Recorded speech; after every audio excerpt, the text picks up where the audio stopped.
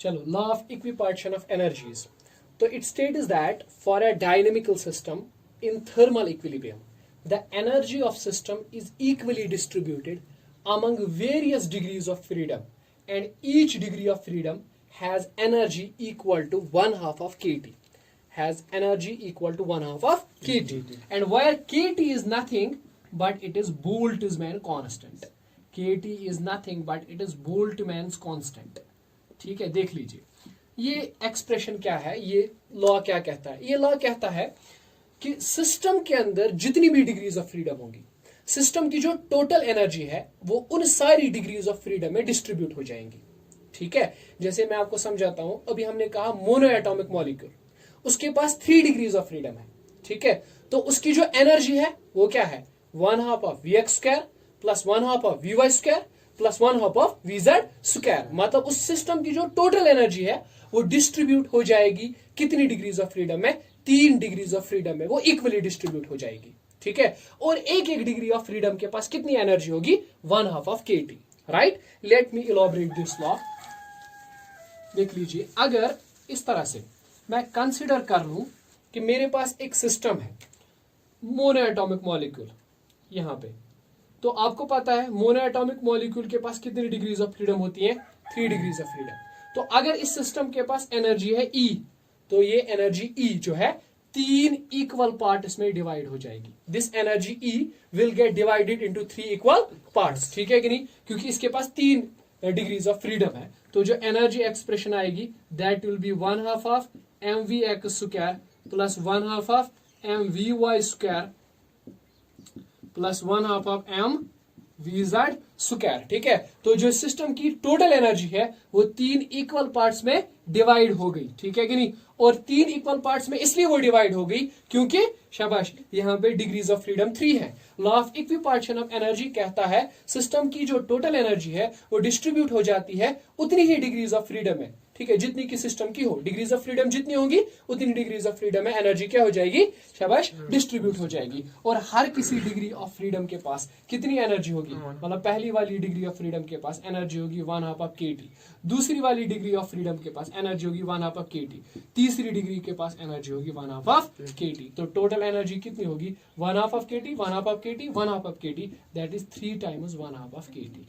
ठीक है कि नहीं, तो टोटल एनर्जी होगी 3/2 kT. ठीक है, this is the same result जो हमें काइनेटिक थ्योरी ऑफ गैस से निकला था. ठीक है कि नहीं, ठीक. तो किसी भी मोनो एटॉमिक मॉलिक्यूल के लिए शाबाश डिग्रीज ऑफ फ्रीडम 3 है, तो उसकी जो एनर्जी है वो डिवाइड हो जाएगी into 3 equal degrees of freedom, 3 degrees of freedom में. ठीक है, और हर किसी डिग्रीज ऑफ फ्रीडम के पास कितनी कितनी एनर्जी आएगी, 1/2 ऑफ kT. ठीक है कि नहीं. अब जरा मुझे बताइए डायटोमिक मॉलिक्यूल में what will happen in diatomic molecule. एक डायटोमिक मॉलिक्यूल को कंसिडर कर लिया जाए तो जो डायटोमिक मॉलिक्यूल है उस डायटोमिक मॉलिक्यूल के अंदर शाबाश कितनी डिग्रीज ऑफ फ्रीडम होती है, 5 डिग्रीज ऑफ फ्रीडम. ठीक है कि नहीं, तो हर एक डिग्री की ऑफ फ्रीडम के अंदर जो टोटल एनर्जी है वो डिवाइड हो जाएगी. मतलब यहाँ पे total energy of the system 5 equal parts में डिवाइड हो जाएगी. ठीक है, तो टोटल एनर्जी जो होगी सिस्टम की वो होगी 1/2 ऑफ kT मल्टीप्लाइड बाय 5. ठीक है कि नहीं, है ना. ठीक, तो आप कहोगे कि इन जनरल हम कहेंगे कि किसी भी सिस्टम की जो एनर्जी होती है वो होती है 1/2 ऑफ kT और मल्टीप्लाई भी करेंगे कितनी, कि उस सिस्टम के अंदर डिग्री ऑफ फ्रीडम कितनी है, मल्टीप्लाइड बाय f. ठीक है कि नहीं. So law of equipartition of energy कहता है सिस्टम क्या करता है, अपनी टोटल एनर्जी को डिवाइड करता है. ठीक है, among all the degrees of freedom equally. ठीक है कि नहीं, और हर किसी डिग्री ऑफ फ्रीडम के पास कितनी एनर्जी आती है, 1/2 ऑफ kT. ठीक है कि नहीं. चलिए बेटा, इसका हम एक थोड़ा सा ना वो जनरल प्रूफ दे देते हैं. ठीक है कि नहीं, है ना. ठीक, हालांकि इसका जनरल प्रूफ बहुत आसान है, यू विल सी इट. तो बस एकदम से इसका जनरल प्रूफ हो जाएगा, छोटा सा प्रूफ है, you just see. As per the kinetic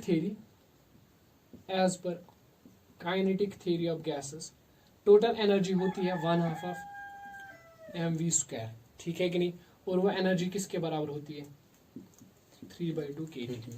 right, वो एनर्जी होती है 3/2 kT. while as v bar square you know is the mean speed या एवरेज वेलोसिटी जिसको कहा था हमने, मीन वेलोसिटी. ठीक है कि नहीं, है ना. ठीक, अब जरा मुझे बताइए अगर मैं एक मोनो एटॉमिक मॉलिक्यूल को कंसीडर करूं, this can be written as 1/2 of mvx bar square, 1/2 of vy bar square 1/2 of m vz bar square and that is equal to 3/2 kt। ठीक है कि नहीं, 3/2 kt।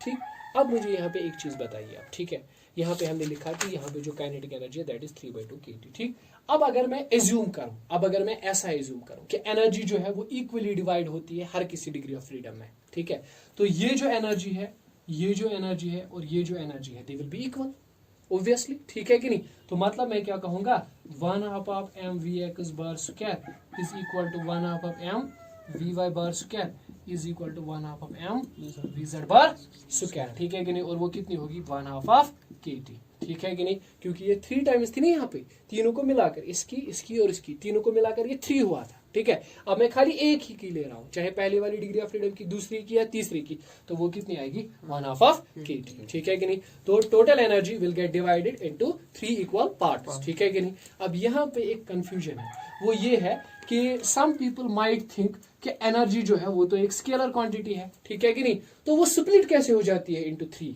कंपोनेंट्स या 4 कंपोनेंट्स। तो late me say कि these are not the components of energy, ठीक है, ये एनर्जी के कंपोनेंट्स नहीं है, ठीक है कि नहीं, ये एनर्जी के कंपोनेंट्स नहीं है, ठीक है, they are what, they are the degrees of freedom जिनके अंदर एनर्जी डिवाइड होती है, ठीक है कि नहीं, है ना।